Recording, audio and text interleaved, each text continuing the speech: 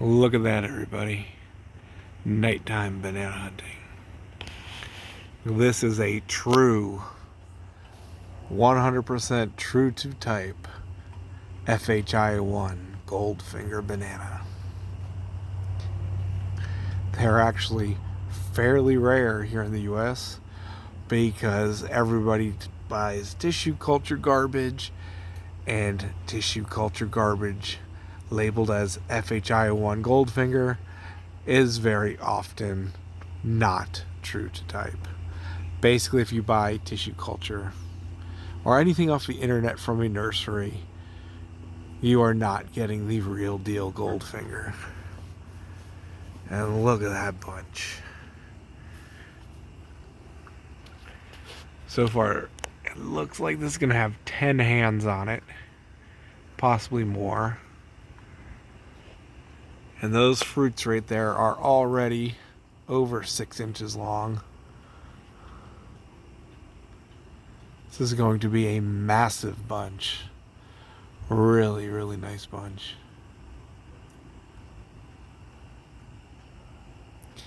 And the off-type Goldfinger is called the American Goldfinger, which the plants themselves are shorter, the fruit are smaller, and the bunches are smaller. They're a little more creamy, so they do have that going for them, and they're a lot sweeter than this true Goldfinger, and they have less acid. But the true Goldfinger here has a very sweet, sorry, mosquito, and very well balanced with acid banana, and it's a fairly good sized banana, very large bunches. And this plant right here is about, I haven't measured this one, 6, 7, 8, this is about 10 feet tall. Where the American Goldfinger, for me, has never really gotten above 7 feet. And of course, they do not have these massive, beautiful bunches on them. Just gorgeous.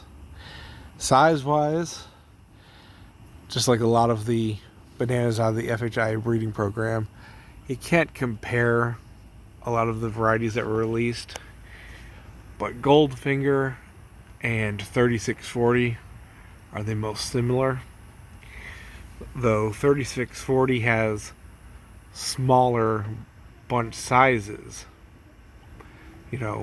counts comparatively. They tend to have larger fruit than the Goldfinger. And of course, Goldfinger's a slightly larger plant. Takes a little more to mature, but very much worth it. Very, very much. I'm just sitting here looking straight up in the air, guys. Getting eaten alive by mosquitoes, really bad. Showing you this beautiful bunch. Cold tolerance on Goldfinger is really good. Cold recovery is really good too. They can take a light frost with no problem. And as soon as everything warms up, they are back to growing with no issue. They're not really hindered by the cold much. Fruit is really, really exceptional quality. And the only reason I don't plant this as much as I plant the 3640, which is the only one I could compare it to, is because these tend to be really heavy feeders. That's the one downside. Where a lot of the bananas out of the breeding program, out of the FHI, were very poor soil tolerant, very drought tolerant, many of them.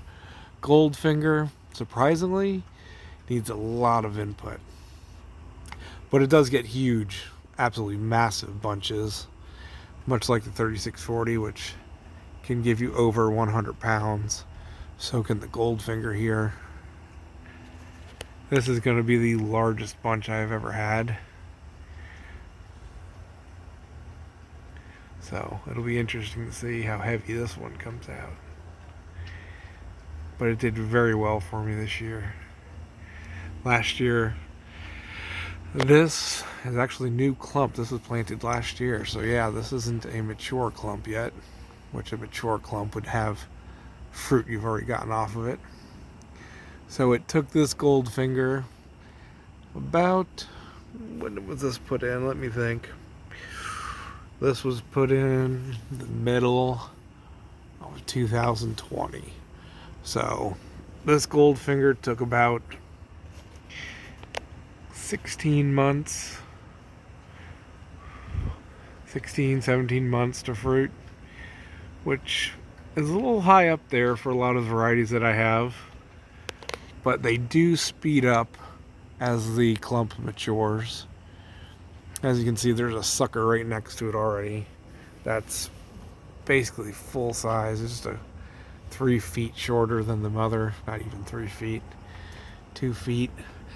And this will fruit within the next 3 months or so. So they do speed up really nicely and start producing fruit more quickly. But I was out here checking on the animals before I was shutting everything down for the night. And I just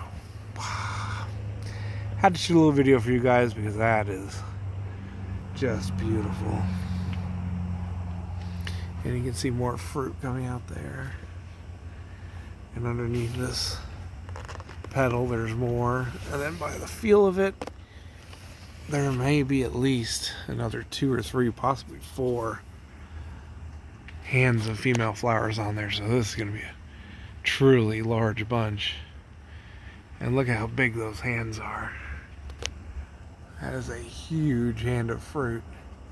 2, 4, 6, 8, 10, 12, 14, 16, 18, 20, 24. Am I counting right? Let's see.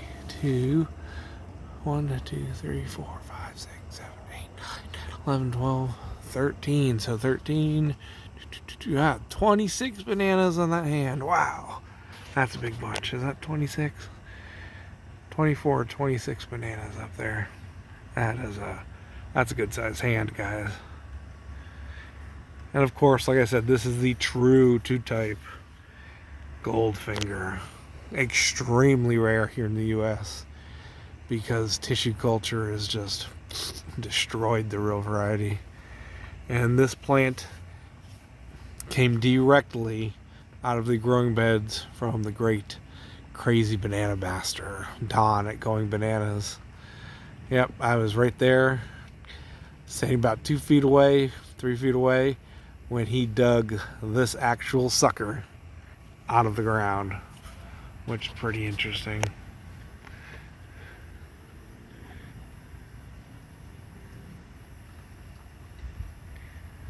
Crazy. But definitely a variety worth growing. They like lots of input, but that's not too bad. Manure really gives them the kickstart that they need. They're really susceptible to small bunches if they're not given the nutrition they need when the plants are small or well started. If they're not started off with all of that, they will give you subpar bunches. But when they get a good start, they come out absolutely amazing. And like I said, this plant's about 10 feet tall. I have about, there's some more Goldfingers in the back there.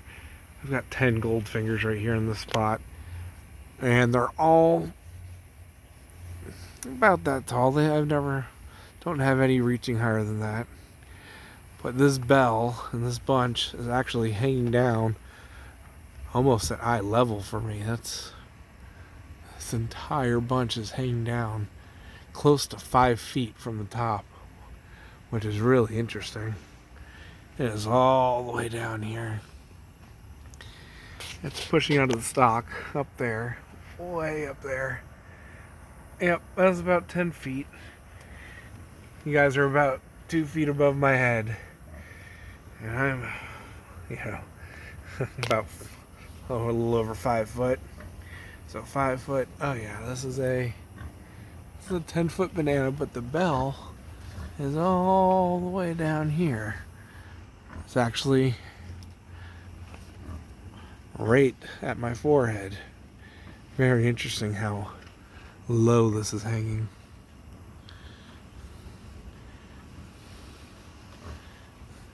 But this video is long enough, guys. If you want to grow a truly amazing banana that is very hard to come by, get yourself a real Goldfinger banana. It's widely growing down in Australia. Other than that, I don't think it's very common in the rest of the world. And here in the US, the true to type is even harder to come by. So I'm going to back up some here for you, get a good shot of that. There you go. Look it. Beautiful, guys. So, you know, keep following me. Like and subscribe, guys. I appreciate it. Like these videos wherever you are. Keep on coming back, guys. I love it. Love seeing those views. Love seeing you guys keep subscribing. And I don't have many suckers of these available. I'll have to take this corm up after it's done fruiting and see if I can get some growing points off of it. Of course, like most bananas in the FHIA group, they do not sucker very much. This plant has that large sucker I showed you, and only one other one, which is about 3 feet right below that. That's it. So, gonna have to do some propagating. As far as I know, there are very few people that offer the true to type Goldfinger. You cannot get the true to type if it is from tissue culture. If it is a tissue culture plant, it's off type. It's not the true type, guys. I grow both of them. I grow the American Goldfinger. I grow the true to type Goldfinger. And I also grow a mutation out of Australia called Little Gem, which is another smaller plant, smaller fruit than the true to type one. But again, really good quality. Both the off types are really good quality fruit, but they're not as large and they don't have the complexity that the true to type here has.